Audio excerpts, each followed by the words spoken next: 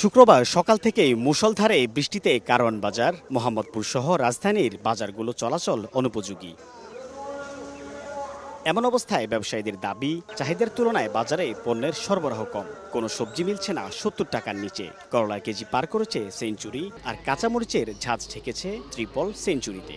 বাজারে আসলে ১২০ টাকার নিচে কোনো সবজি নেই। প্রচুর দাম, আগে যা ছিল তার চেয়ে এখন ২০ থেকে ৩০ টাকা কেজি দরে দাম বেশি। বটবটি ৮০ টাকা, ১০০ টাকা, করলা ১০০ টাকা, ৮০ টাকা। বর্তমান বাজারে ৮০-৭০-এর নিচে কোনো সবজি নেই। এদিকে ক্রেতার চাহিদার দুর্বলতাকে পুঁজি করে সিন্ডিকেটের দৌরাত্ম্য আলু পেঁয়াজের বাজারে। আমদানি করা পেঁয়াজ বাজারে থাকলেও স্বস্তি নেই দামে। দেশি পেঁয়াজ বিক্রি হচ্ছে ১২০ টাকা কেজি, আর আলুর দর ৬৫ থেকে ৭০ টাকা। পেঁয়াজের বাজারটা একটু ঊর্ধ্বগতি। ২ কেজির জায়গায় ১ কেজি কিনে খাইলেও খাইতে হয়।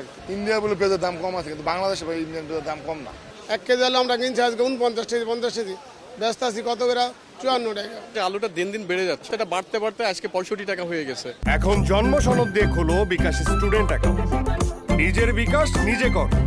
২ সপ্তাহ আগেও ১৫৫ থেকে ১৬০ টাকায় বিক্রি হয়েছে ১ ডজন লাল ডিম। সরবরাহ বৃদ্ধি হওয়ায় ডজন প্রতি কমেছে ১৫ থেকে ২০ টাকা। ক্রেতার অস্বস্তি বাড়াচ্ছে আকাশছোঁয়া মাছের দামে। সপ্তাহের ব্যবধানে ৫০ থেকে ১০০ টাকা বেড়েছে চিংড়ি, ইলিশ সহ পাবদার দাম। বাজারে এত দামের মাছ নিয়ে আইছি, কাস্টমার নাই।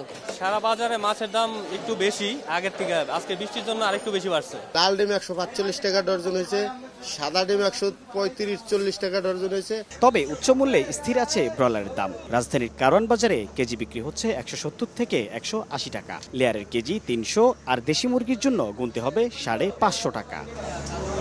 সাইফুল ইসলাম, সময় সংবাদ, ঢাকা।